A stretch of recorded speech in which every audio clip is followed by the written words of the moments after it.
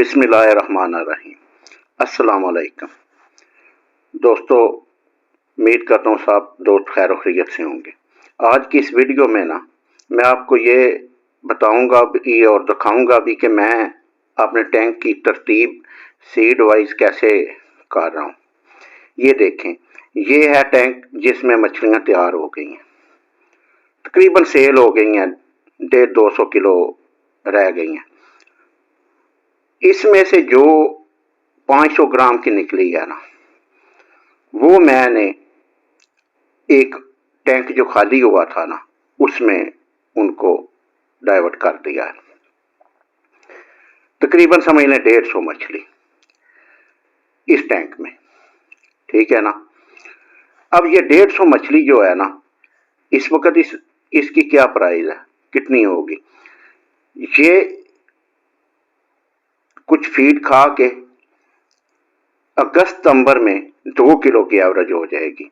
और 2 किलो की जो बंगश मछली है ना, वो जो लेके जाता है ना, वो हर दूसरी मछली को भूल जाता है, ठीक है ना। ये मैंने अभी सेल की है ना, तो मुझे तजर्बा हुआ है कि जिसको एक दफ़ा भी 12 दाना दिया है ना, वो बार बार आया है।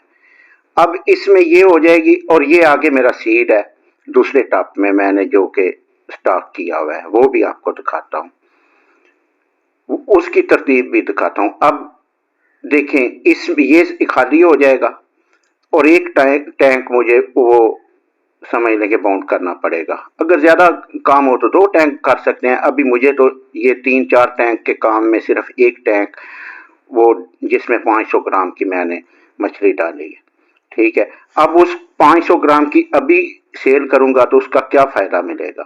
तो अगर उसको मैं कुछ फीड खिला लूँगा और वो बहुत वेट करेगी, क्योंकि ये मैंने तजर्बा किया हुआ है, ठीक है ना।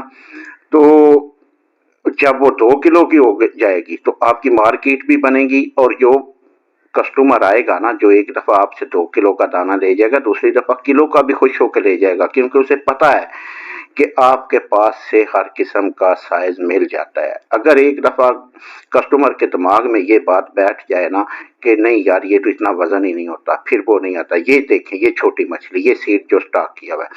अब इसमें क्या करूँगा कि जो 5-6 इंच का दाना है ना, एक टॉप में ग्रीडिंग सही बेहतरीन करके, और जो उससे छोटा है एक टॉप में, जो उससे छोटा है दूसरे टॉप में। अब मेरा वो 1.5 किलो वाला वो जो 500 ग्राम वाला मैंने स्टॉक किया है, वो ख़त्म होगा ना, उसके बाद ये जो 6-7 इंच का मैं डालूंगा ना, ये 1.5 किलो का इंशाल्लाह हो जाएगा, 1.5 किलो से प्लस हो जाएगा। और ये इसको सेल करना शुरू कर देंगे। ये ख़त्म होगा, इससे पीछे जो होगा उससे छोटा वो 1.5 किलो का या 1.25 किलो का भी हो जाएगा, वो सेल करना शुरू कर देंगे।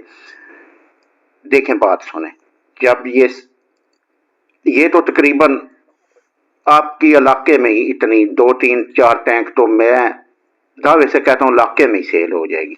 कुछ बचेगी तो वो मंडी पर। अब मंडी पर क्या रेट, वो देख लें, 400 रुपये किलो तकरीबन मंडी पर फरोख्त होगी, जो किलो से कम दाना है, ठीक है ना।